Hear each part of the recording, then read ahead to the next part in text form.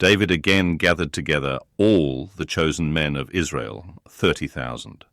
David arose and went with all the people who were with him from Baale-Judah to bring up from there God's ark, which is called by the name, even the name of Yahweh of armies, who sits above the cherubim. They set God's ark on a new cart and brought it out of Abinadab's house that was on the hill.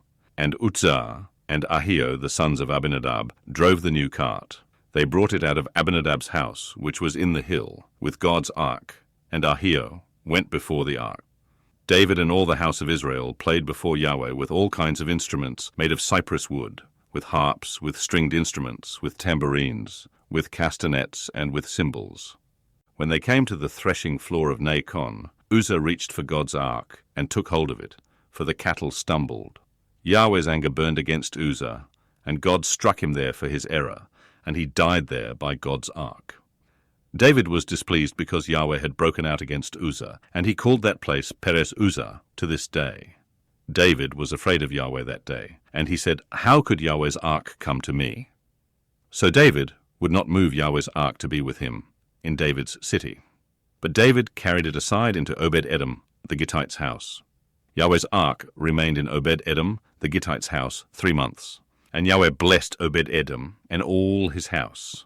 King David was told, "Yahweh has blessed the house of Obed-Edom and all that belongs to him because of God's ark." So David went and brought up God's ark from the house of Obed-Edom into David's city with joy. When those who bore Yahweh's ark had gone 6 paces, he sacrificed an ox and a fattened calf. David danced before Yahweh with all his might, and David was clothed in a linen ephod. So David and all the house of Israel brought up Yahweh's ark with shouting and with the sound of the trumpet. As Yahweh's ark came into David's city, Michal the daughter of Saul looked out through the window and saw King David leaping and dancing before Yahweh, and she despised him in her heart. They brought in Yahweh's ark and set it in its place in the middle of the tent that David had pitched for it. And David offered burnt offerings and peace offerings before Yahweh. When David had finished offering the burnt offering and the peace offerings, he blessed the people in the name of Yahweh of armies. He gave to all the people, even among the whole multitude of Israel, both to men and women, to everyone a portion of bread, dates, and raisins. So all the people departed, each to his own house.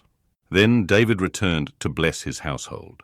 Michal the daughter of Saul came out to meet David and said, "How glorious the king of Israel was today, who uncovered himself today in the eyes of his servants' maids, as one of the vain fellows shamelessly uncovers himself." David said to Michal, "It was before Yahweh, who chose me above your father and above all his house to appoint me prince over the people of Yahweh, over Israel. Therefore I will celebrate before Yahweh. I will be yet more undignified than this, and will be worthless in my own sight. But the maids of whom you have spoken will honor me." Michal, the daughter of Saul, had no child to the day of her death,